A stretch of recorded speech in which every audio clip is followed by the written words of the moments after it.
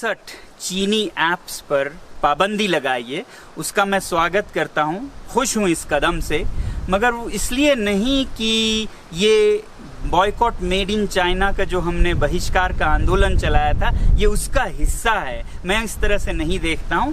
ये जो सरकारी कदम है ये आंतरिक सुरक्षा के दृष्टि से लिया गया एक कदम है देश के लिए, क्योंकि ऐसा देखा गया है सिर्फ भारत में नहीं कई देशों में कि चीनी सरकार अपने टेक कंपनियों के जरिए, चाहे वो फिर हुआवे हो या टिकटॉक हो, दूसरे देशों की जानकारी हासिल करती है खुफिया, और फिर वो कभी भी उस देश के खिलाफ प्रयोग कर सकती है। तो इस दृष्टि से ये पाबंदी लगाई गई है, मैं ऐसा मानता हूं।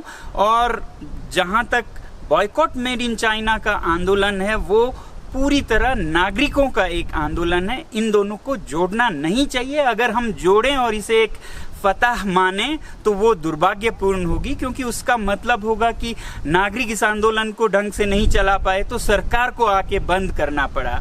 मेरा ख्याल ऐसा नहीं है। मैं ये समझता हूँ कि भारत के नागरिक चीन के सॉफ्टवेयर और अब हार्डवेयर को भी पूरे जोर शोर से बहिष्कार करेंगे, और वो भी उसूलों के बुनियाद पर कि बहुत शोषण होता है इन सामानों के पीछे चीन में और हमारे सीमाओं पर भी। इसका बहिष्कार करते हुए हम इनका बॉयकॉट कर रहे हैं।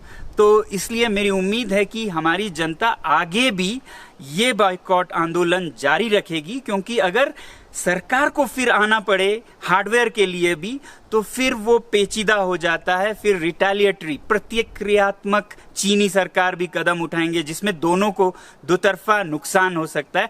जबकि नागरिक जब किसी चीज का बहिष्कार करें तो दुनिया की कोई ताकत नहीं है कि कोई कहे कि ये न खरीदें वो खरीदें। जो भी देश हो उसको नागरिक जो कि उपभोक्ता हैं, उपभोक्ता जो कि राजा है, कस्टमर इज द किंग, उनके आगे झुकना ही पड़ता है। यही हम देखना चाहते हैं पूरी दुनिया की इस आंदोलन से।